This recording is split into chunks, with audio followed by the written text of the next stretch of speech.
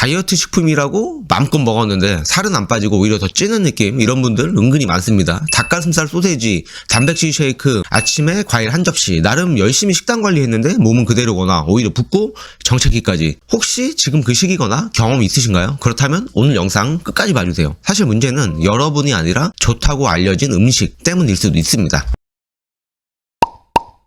오늘 영상에서는 다이어트를 몰래 방해하고 있는 헷갈리는 음식 3가지를 알려드릴 건데요. 보시고 나면 아마 내가 이래서 안 빠졌구나 하실 거예요. 구독과 좋아요는 살 빠지는 사람들의 기본 루틴입니다. 지금 한번 바로 눌러주시고요. 바로 시작합니다. 첫 번째는 많은 분들이 즐겨 드시는 간식, 요거트입니다. 사실 요거트 자체는 다이어트에 굉장히 좋은 음식이에요. 단백질이 꽤 들어가 있고 칼슘이 풍부해서 뼈 건강에도 좋고 무엇보다 장 건강, 변비 개선에 큰 도움을 주는데요. 그런데 문제는 모든 요거트가 다 건강한 건 아니라는 거예요. 많은 분들이 마트에서 건강해 보이는 패키지에 혹해서 그냥 요거트니까 괜찮겠지 하고 별 생각 없이 드시는데 진짜 조심하셔야 됩니다. 이 표를 한번 보시면 A사 과일 요거트는 당류가 15g, 단백질은 고작 3g입니다.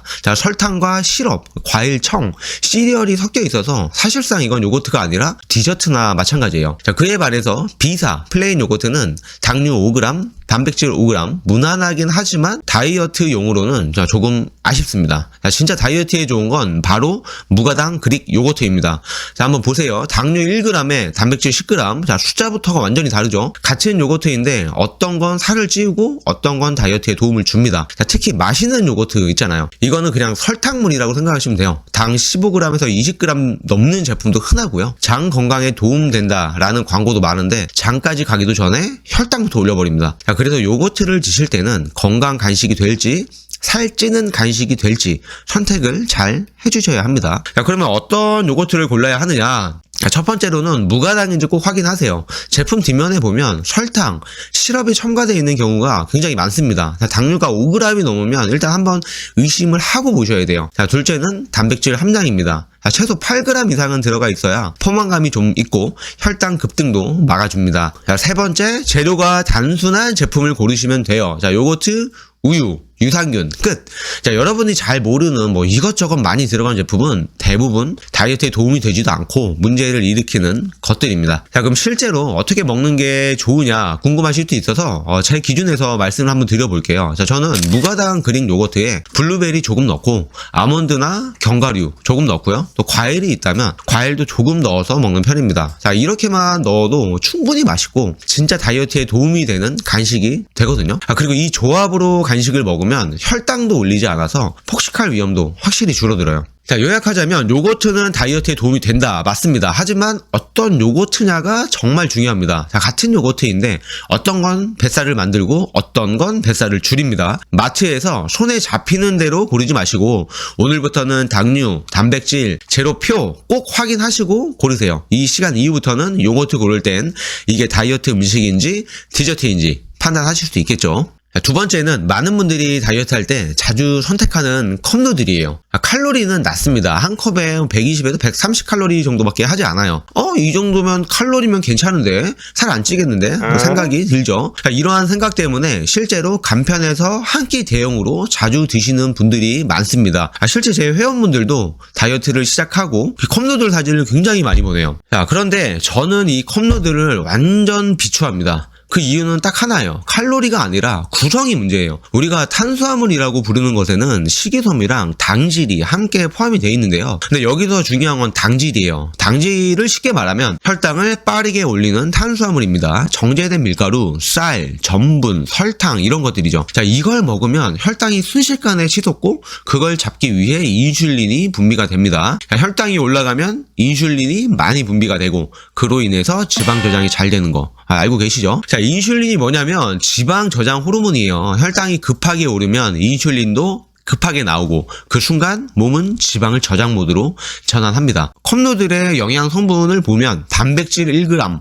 식이섬유 0.4g. 자, 이 말은 혈당을 잡아줄 브레이크가 하나도 없다는 뜻이에요. 자, 결국은 근손실이 나고요. 또 대사량이 감소가 하고, 그다음 요요가 오고. 자, 영양소가 이렇게 불균형한 식사를 반복하면 근육이 빠지고 기초 대사량이 떨어지고 결국 살이 더 잘 찌는 체질로 바뀝니다. 다이어트 중에 체중이 줄어도 그게 근육이 빠진 거면 그 감량은 오히려 독이 되는 거예요. 그래서 컵누들을 끼니로 먹는 건 단기 체중은 줄 수 있어도 장기적으로 다이어트를 망치는 선택이 되는 거라고 생각을 해주시면 되겠습니다. 자, 그렇다면 뭐가 더 나을까? 저는 이렇게 말씀드립니다. 차라리 양배추 볶음을 드세요. 양배추는 식이섬유가 풍부해서 혈당 상승을 막아주고 작은 양으로도 포만감이 크고 조리법에 따라서 단백질도 같이 넣을 수 있습니다. 자, 예를 들면 양배추, 계란, 닭가슴살, 간장 약간, 자, 이렇게 볶아서 드시면 포만감도 훨씬 오래가고 혈당도 안정적으로 유지할 수 있습니다. 자, 그리고 재료가 단순하고 가공이 되지 않아서 몸의 부담도 훨씬 적어요. 자, 다이어트는 칼로리보다 영양소 밀도 싸움이에요. 다이어트에서 가장 중요한 건 칼로리 낮추기가 아닙니다.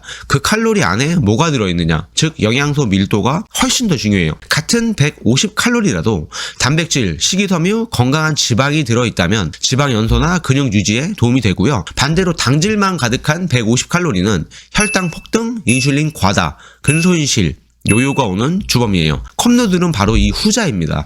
그래서 저는 이걸 다이어트 식품이라고 보지 않아요. 그냥 적게 먹는 기분만 드는 음식일 뿐입니다. 자, 정리하자면 컵누들은 칼로리는 낮지만 영양소는 거의 없고 당질로만 채워진 구조라 다이어트를 망치는 대표 음식입니다. 단기 체중 감량이 아니라 지방을 태우고 근육을 지키는 다이어트를 하려면 꼭 기억하세요. 당질 적고 단백질 충분하고 식이섬유 있는 식사를 하자. 그게 진짜 지방을 줄이는 식사입니다. 자, 마지막 세 번째는 많은 분들이 단백질 간식이라고 믿고 있는 닭가슴살 소시지와 닭가슴살 스테이크입니다. 자, 얼핏 보면 완전 건강식 같은데 제품도 정말 셀 수 없이 많아요. 단백질 식품처럼 포장되어 있고 맛도 다양해서 부담 없이 사 먹기 너무 좋습니다. 근데 이 제품들 정말 닭가슴살이라고 믿고 드셔도 괜찮을지 한 번쯤 생각해 보신 적 있으신가요? 자, 저는 개인적으로 잘 골라야 한다가 아니라 가능하면 줄이자 쪽입니다. 일반 닭가슴살 소세지 100g 기준 성분을 보면요, 단백질은 15에서 20g, 숫자 한번 보면 나쁘지 않아요. 그런데 문제는 그 뒤에 숨어 있습니다. 자, 지방이 7g에서 12g, 나트륨은 400에서 800mg 이상. 이게 왜 이렇게 많냐면 소세지를 만들 때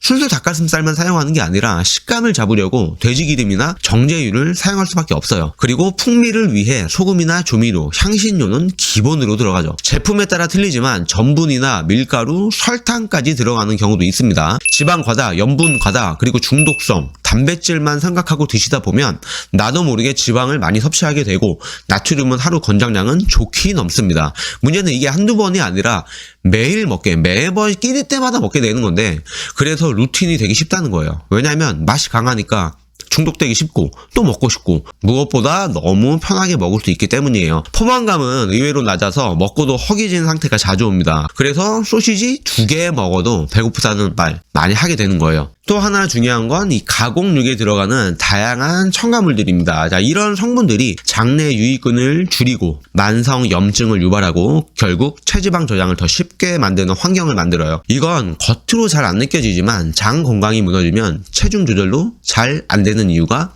여기에 있습니다. 자, 저는 회원분들께 이렇게 이야기합니다. 직접 해 드시는 건 어떠세요? 차라리 닭가슴살을 직접 구워 드세요. 전자레인지 돌리는 스테이크보다 에어프라이어나 팬에 굽고 소금, 후추, 마늘 정도로만 간을 해도 정말 맛있게 드실 수 있습니다. 아니면 다진 닭가슴살, 두부, 양파, 계란을 섞어서 닭가슴살 볼을 직접 만들어 보세요.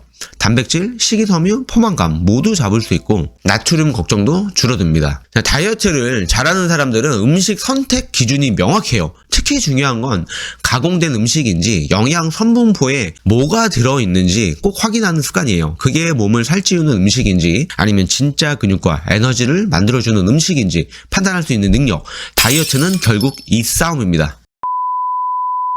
닭가슴살 소시지는 단백질 식품처럼 보이지만 실상은 가공된 지방, 나트륨, 첨가물 덩어리일 수 있습니다. 매일 먹으면 중독되기가 쉽고 포만감은 낮고 장 건강엔 오히려 해가 될 수 있어요. 다이어트는 무조건 저칼로리가 아니라 좋은 칼로리를 고르는 것입니다. 자, 오늘부터는 단백질이니까 괜찮겠지? 라는 생각을 잠깐 멈추고 내가 먹는 게 진짜 재료인지 아니면 포장된 가공물인지 꼭 꼼꼼하게 구분해서 드시길 바래요. 요즘 다이어트 하시는 분들 보면요, 누구는 이건 된다, 누구는 안 된다, 말도 너무 다르고 정보도 너무 많아서 진짜 뭘 믿어야 할지 헷갈리고 지칠 때 많으시죠. 근데 오늘 영상에서 말씀드린 이 세 가지 한 번만 속는 셈 치고 딱 2주만 실천해보세요. 자, 요거트는 무가당 그릭 요거트로, 컵 누들은 가감이 빼고 양배추나 자연식 위주로, 소세지 대신 진짜 닭가슴살로 직접 조리해서 정말 이거 하나만 바꿔도 몸이 확실히 달라지는 게 느껴지실 거예요. 숫자보다 먼저 건강한 느낌, 붓기 빠지는 느낌, 그리고 자존감이 올라가는 느낌부터 옵니다. 제가 1200명 넘는 회원분들 직접 지도하면서 느낀 거지만 이런 사소한 식품 하나하나가 다이어트를 바꿀 수 있어요. 여러분도 분명 바뀌실 수 있습니다. 자, 그러니까 오늘 영상이 도움이 되셨다면 구독과 좋아요 꼭 눌러주시고요. 이렇게 한번 해보시고 2주 뒤에 다시 오셔서 변화된 점 알려주세요. 응원할게요. 자, 그럼 다음 영상에서 더 확실한 정보로 찾아뵙도록 하겠습니다.